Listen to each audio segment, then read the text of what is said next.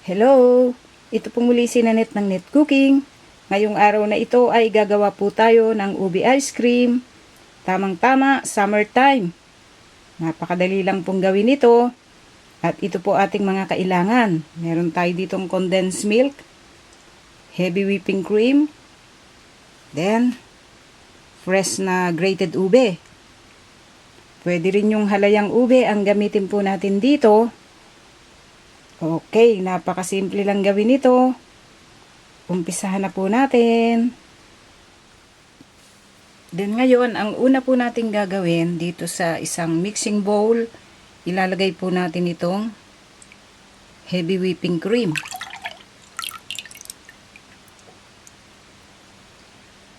Kailangan lang malamig itong ating whipping cream before nating i-beat. Ang gagawin po natin ito, ibibit natin ito hanggang sa makuha natin yung soft peaks. Okay?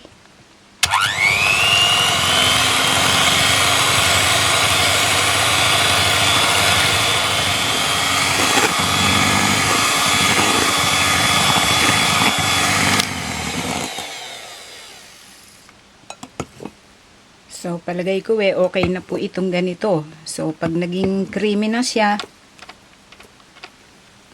so, pwede na ito. Then, i-set aside muna natin. Then, dito po sa isang separate bowl, nilagay natin yung condensed milk. Then, dito po, ilalagay natin yung ating fresh na grated ube.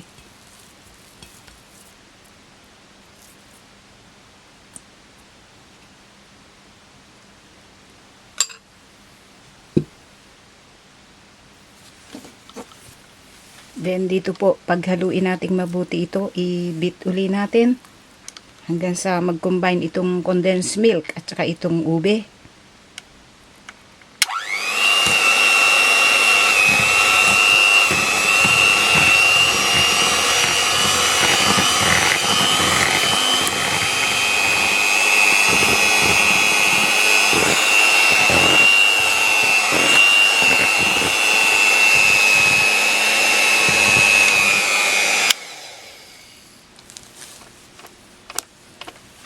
Then, okay na po itong ating ube. So, ang gagawin natin ngayon, so, kuhanin natin itong ating whipped cream. Then, pagsasamahin po natin ngayon ito.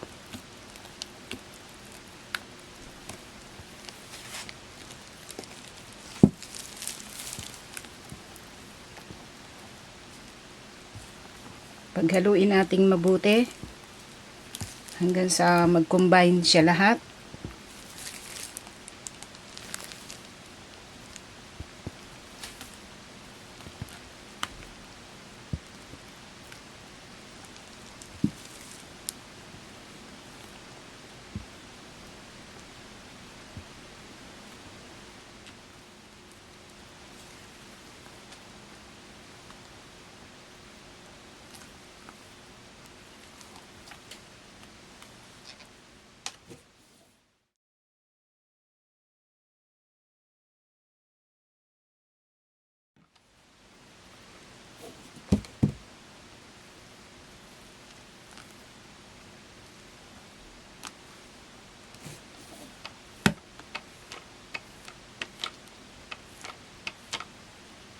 Then, para mahalo nating mabuti, padaanan natin itong electric beater.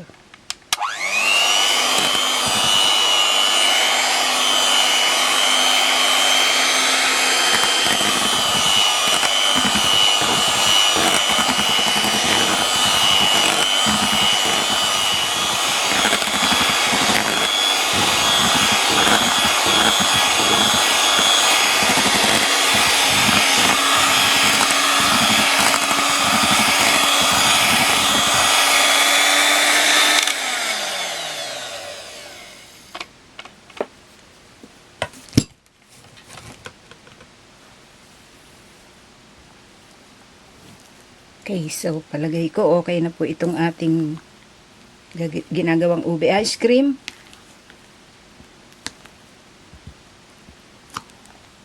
Nag-combine na siya lahat. Ngayon, kung gusto nyong mas matingkad yung kulay, pwede po kayong mag-add ng food color. At kung medyo matabang pa, medyo mag-add kayo ng condensed milk. Pero ako, tama lang po itong ganitong tamis. Then, ang gagawin po natin, meron tayo ditong Tupperware. Ilalagay po natin dito.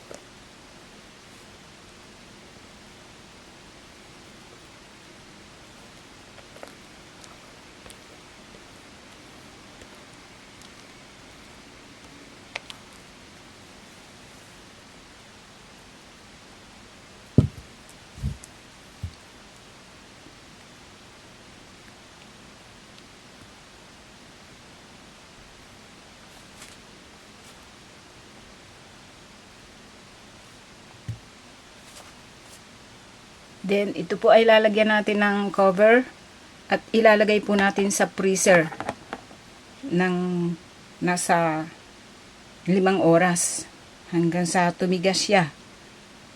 Okay, maghihintay na lang po tayo. Then, ngayon po, pagkaraan ng halos magli-5 oras na pagkakalagay natin doon sa freezer.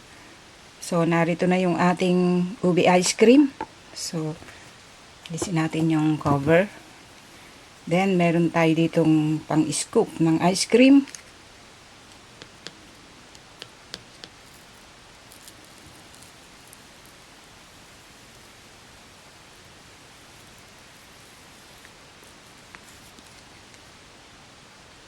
I-transfer lang natin dito sa ice cream cup.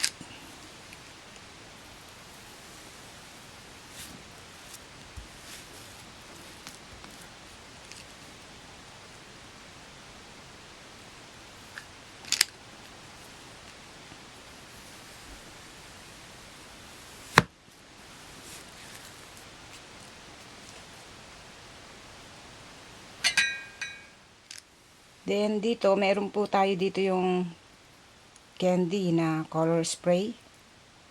Pwede po natin lagyan dito sa pinaka-top.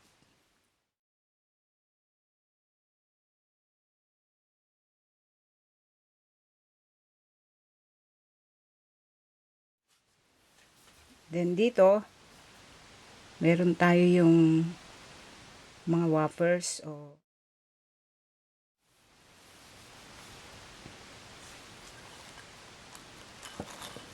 pwede nating lagyan dito. Then, ngayon, pwede na po natin itong i-serve at kainin. Then, ngayon, ito po ang kinalabasan sa pagkakagawa po natin sa ating ube ice cream.